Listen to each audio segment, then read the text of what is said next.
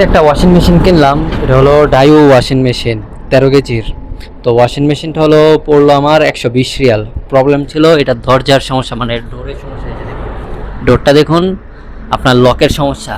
তো আপনি কখনো সৌদি আরবে এক কাজ করে টিকে থাকতে পারবেন না, আপনাকে বিভিন্ন ধরনের ভ্যারাইটিস কাজ করতে হবে।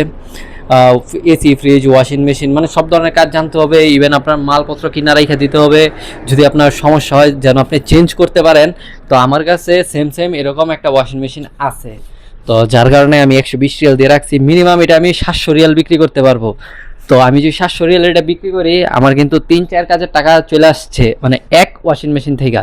তো এর আগে আমি আপনাদেরকে একটা ভিডিও দিয়েছিলাম যখন সৌদি আরবে, মানে এবার ছুটিতে কাটানোর আগে, যে স্যামসাংয়ের একটা, এই যে দেখুন স্যামসাংয়ের একটা পিসি আমি 10 রিয়াল দিয়ে আমি কিনে নিয়েছিলাম। এই পিসিটা, এই যে এই পিসিটা আমি যেখানে আপনার এই ওয়াশিং মেশিন বাঙ্গারি বিক্রি করা হয়, বাঙ্গারি থেকে আমি 10 রিয়াল দিয়ে এই পিসিবিটা কিনে আনছি। এই পিসিবিটা পরবর্তীতে আমি কিন্তু 200 রিয়াল বিক্রি করে ফেলছি।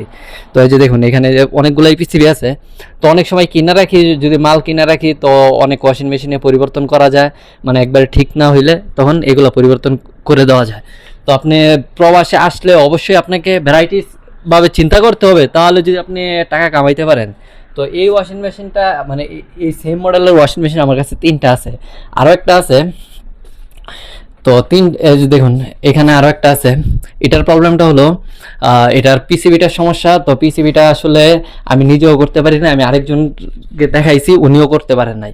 তো আমার চিন্তা ভাবনা ছিল যে ওইটার পিসিবিটা ঠিক আছে, আমি জানি, যার কারণে আমি মেশিনটা কিনে রাখছি। পরে দেখি ওইটার ডোরের সমস্যা, ডোর চেঞ্জ করে দিছি, এখন আলহামদুলিল্লাহ স্পিন চলতেছে, মেশিন কিন্তু ওকে হয়ে গেছে। একজন 700 রিয়াল অলরেডি বইলেও ফেলছে যে 700 রিয়াল বিক্রি করবো কিনা। তখন বলছি তারে যে এটা আমি চেক দিতেছি, চেক দেওয়ার পরে আমি আপনাকে জানাবো।